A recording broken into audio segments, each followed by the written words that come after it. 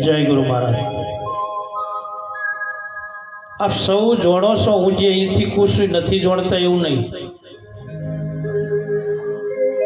કે એક દિવસ આ શરીરને છોડવું પડશે। શરીર એ સાધન છે અને આપણે કંઈક એનાથી જુદા છે। એટલે તો ભગવાન શ્રી કૃષ્ણએ ગીતાજીમાં કીધું છે અર્જુનને, હે અર્જુન,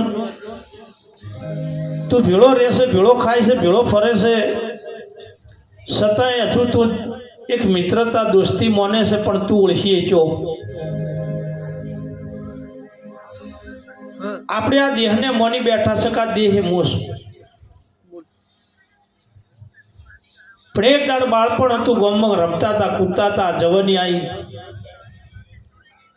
કનપણ આવ્યું, થોડા નતા લાભતો એ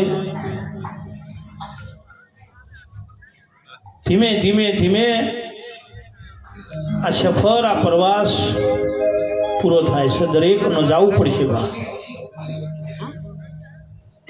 પણ આપણને આમૂલક હિરલો જે મળ્યો છે એ જ્યાં પછી જો 5 ગામ આજુબાજુના ના અંભારે ને તો આપણે ધક્કો ખાવા આવ્યા। કારણ કે ભૂખ લાગે એટલે ખાવું, ઊંઘ આવે એટલે હુઈ જવું, બાળ બચ્ચા પેદા કરવાની મોત આવે એટલે મરી જવું। આ તો કૂતરા, ગધાડા, મનાડા બધા જીવ કરે છે। જો આપણે એટલું જ કરો તો પછી આપણા ફેર છે। આ ભજન શું, શેના માટે ભજન છે કે મળ્યું છે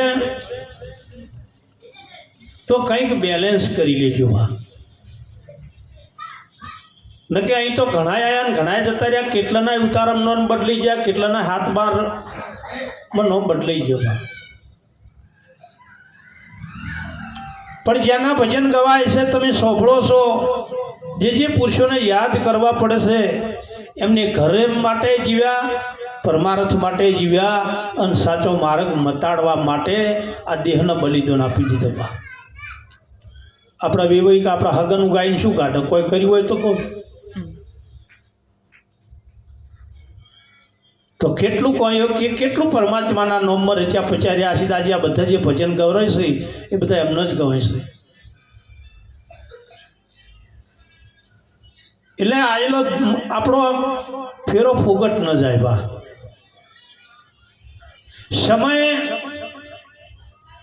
સમય છે ને બહુ મહાન છે। જુઓ, સમયને ઓળખવો પડે। ગોદમાં બાળક હોય તો કોઈ માય અને મયડીને કોણ મોટા કરતી નહીં। આ નાક છે એમાં કોઈ માં કોણ પાડવા જાય છે, પણ એનો સમય થાય એટલે એનો આકાર, એમ સમય જ મહાન છે ને આપણો સમય શું છે, મનખાથી મળ્યો આપણો સમય છે। બાકી બાળકને જન્મ થયો હોય ને 12 મહિના થયા હોય કે 1.5 વર્ષ થયું હોય, તમે નિહાળમાં બિહારવા જાઓ તો નોમ લખે, તાર 60 વર્ષ પછી જાઉં તો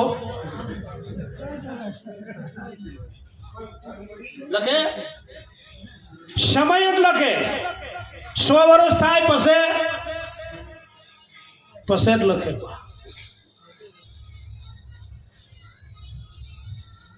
ગણપતિ ઉત્સવ આયા અને ગણપતિ ઉત્સવમાં એક ધનવાન સુખી હતા, કોઈ માટીના બનાયા, કોઈ ધાતુના બનાયા, કોઈ શેના બનાયા, પણ ધનવાન હતો એને શું કર્યું, હોનાના બનાયા। ગણપતિ, હું સમયની તમને વાત કરું, ગણપતિ હોનાના બનાયા। હવે ગણપતિ હોનાના બનાયા તો ઉંદર શેનો બનાવવો પડે, હોનાનો જ બનાવવો પડે। દરજીભાઈ, ગણપતિ એ તોલાના, ઉંદરે હરિભાઈ તોલાનું। હવે આ ગણપતિ 10 દિવસ, 11 દિવસ, 15 દિવસ રાખે, પછી જેનું સર્જન થયું છે ને એનું વિસર્જન છે જ પા। કોઈ કહેતો હોય કે મારું વિસર્જન, દરેક ગણપતિ લાવે છે ને પછી વિસર્જન બાપુ કરવું પડે ને, એનું વિસર્જન થવા મળ્યું એટલે માટીવાળા ને ધાતુવાળા નીતો થઈ જાય પાણીમાં। હવે ઓને શું કરવું, બનાવતો તો બનાવી દીધા, ખબર રહી નહીં।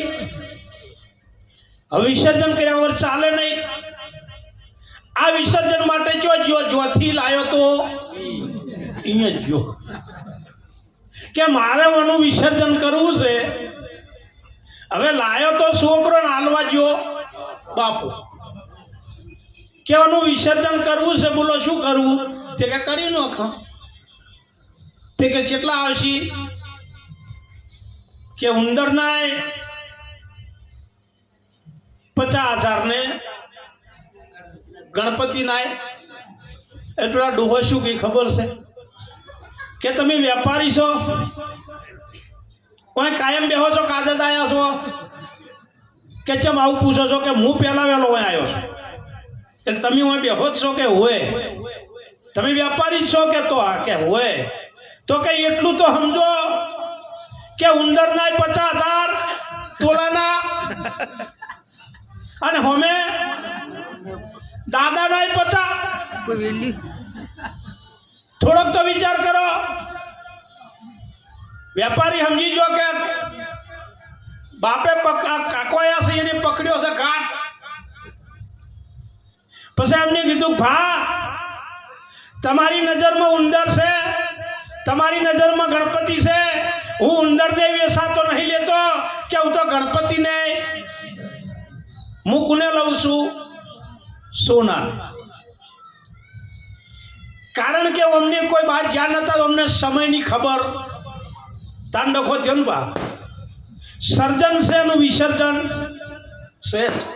આપણે જન્મ્યા છે તો એ દાડો જવાના ને હવે શિયાળો આવ્યો છે, પૂરો થવા આવ્યો. આ શિયાળામાં ઘણાને બદામ ગાધી છે, ઘણાને ગુંદ બોધ્યા છે, ઘણાને શીરા કરીને ગાધા છે.